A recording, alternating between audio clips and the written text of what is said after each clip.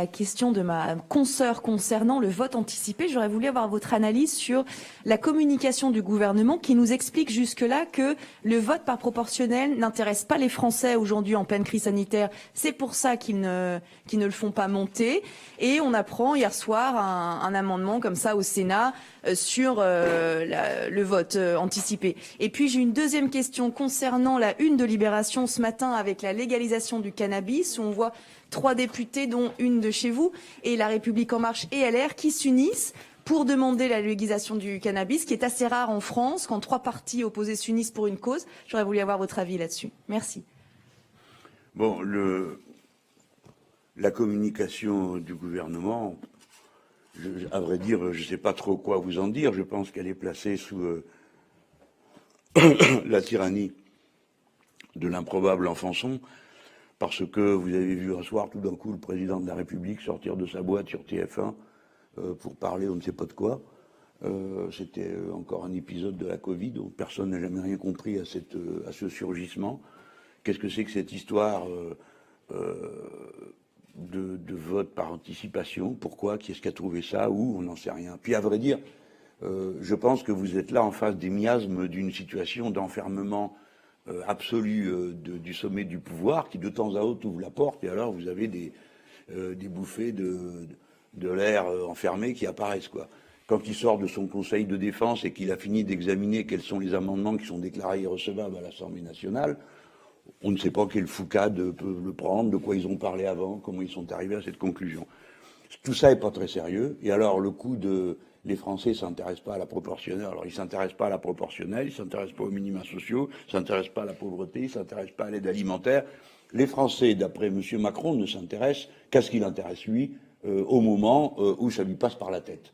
Bon, non, les Français sont un grand peuple qui a une longue tradition démocratique, donc ça les intéresse, la façon avec laquelle les élections sont organisées. Ah, on ne vous dit pas qu'ils se lèvent le matin avec ça, encore les malheureux. Ils ont autre chose à faire dans la journée. Mais il faut arrêter d'infantiliser l'opinion en la présentant comme un ramassis de gens incapables de penser large et de s'intéresser à leur destin collectif. C'est une manière de faire qui ne fait que conforter cette posture du méprisant de la République qui déclare ce qui vous intéresse pas. Voilà. Moi aussi, on m'avait dit, c'est pas le bon moment, hein. Faut rentrer en campagne. Du coup, ils y sont tous entrés. Apparemment, c'est le bon moment pour eux, mais pas pour moi. Ce fut le bon moment pour moi, puisque tout ça a très bien fonctionné. C'est-à-dire, au fond, que la preuve du pudding, c'est qu'on le mange. Et l'intérêt des Français, il ne tardera pas à le voir. Si on les consulte sur ces questions, bah, ils donneront leur avis. Voilà. Et je les approuve de ne pas spontanément sauter d'allégresse à chaque trouvaille du pouvoir, parce qu'il arrive très souvent qu'elles ne durent pas plus que la journée où elles ont été proposées. Je voudrais quand même vous dire qu'il y a vraiment une onde malfaisante qui passe sur les démocraties. Quand je vois que ça recommence en Amérique latine, les tripotages judiciaires contre les campagnes politiques, les campagnes électorales, je m'alerte, parce que les arguments sont utilisés sur la planète entière de la même manière. Encore une fois, contre notre candidat au Chili, cette fois-ci c'est un communiste, l'accusation absurde d'antisémitisme.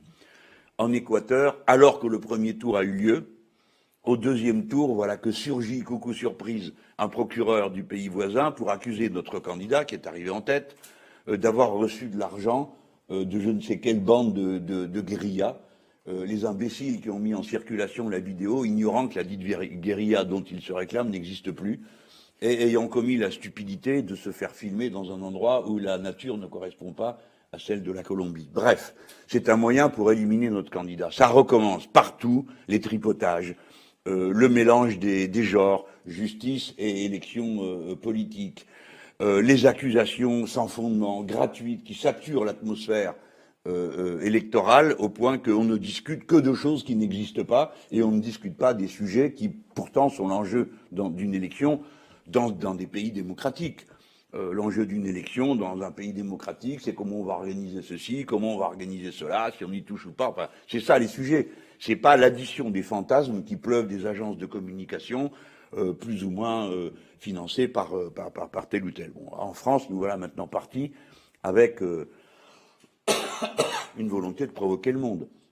Parce que M. Macron ne doit jamais compter sur notre naïveté.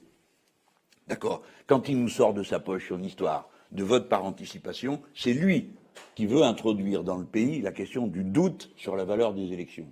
C'est lui qui l'introduit. Parce que dans notre pays, personne n'a encore dit « Ah bah, il y a un problème avec le déroulement des élections ». Et des fois, on sait qu'il y a des endroits où on est, disons, sur le bord du toit. Hein, dans certaines circonscriptions ou certaines communes. Mais bon, on rectifie, on corrige les uns les autres, on s'arrange pour que notre pays sorte honorablement de ce genre d'épreuve. Mais personne n'a jamais pensé en France qu'il y avait un problème sur le déroulement du vote. Avec son histoire de vote par anticipation, c'est lui qui crée les conditions d'un doute sur la validité du vote des élections. Alors, ça va, on a compris la manœuvre. On espère que personne n'ira lui donner l'alimenter, hein. Voilà. Alors après, sur la deuxième question qui concerne, je ne sais pas si j'en ai raté une, tu rattraperas celle que j'ai ratée, sur le cannabis et sa légalisation, il va de soi que c'est Éric Coquerel qui est le mieux placé d'entre nous pour en parler, puisqu'il a déposé une proposition de loi sur le sujet. Moi, j'ai juste deux choses à vous dire. Le moment est venu de se réinterroger sur l'efficacité des politiques répressives qu'on déploie. Par exemple, les Américains l'ont fait quand ils ont instauré la prohibition et qu'ils se sont aperçus que la seule chose qu'ils avaient réussi à installer, c'est Al Capone et les trafics de toutes sortes. Bon, alors à un moment donné, ils se sont dit, on n'y peut rien, c'est comme ça. Nous, les Français, on avait un problème monstrueux qui était celui de l'alcoolisme. On a réussi à réduire la consommation d'alcool et à élever le niveau de qualité des alcools qu'on produit. On a diminué de 2,5 la quantité d'alcool qu'on consomme, et puis tout le monde sait que le vignoble français et la production s'est élevée en qualité d'une manière assez spectaculaire. Bon voilà, on n'a jamais interdit à qui que ce soit d'aller boire un coup, même si on sait qu'il y en a qui en abusent au-delà du raisonnable, même si on sait que ça rend malade certaines personnes et que l'alcoolisme est une maladie qui existe dans notre pays. Bon, on continue à le combattre avec ces outils-là. Mais on ne s'est pas donné le ridicule d'aller interdire, je ne sais pas comment on fera un truc pareil en France, mais bon, d'aller interdire l'alcool.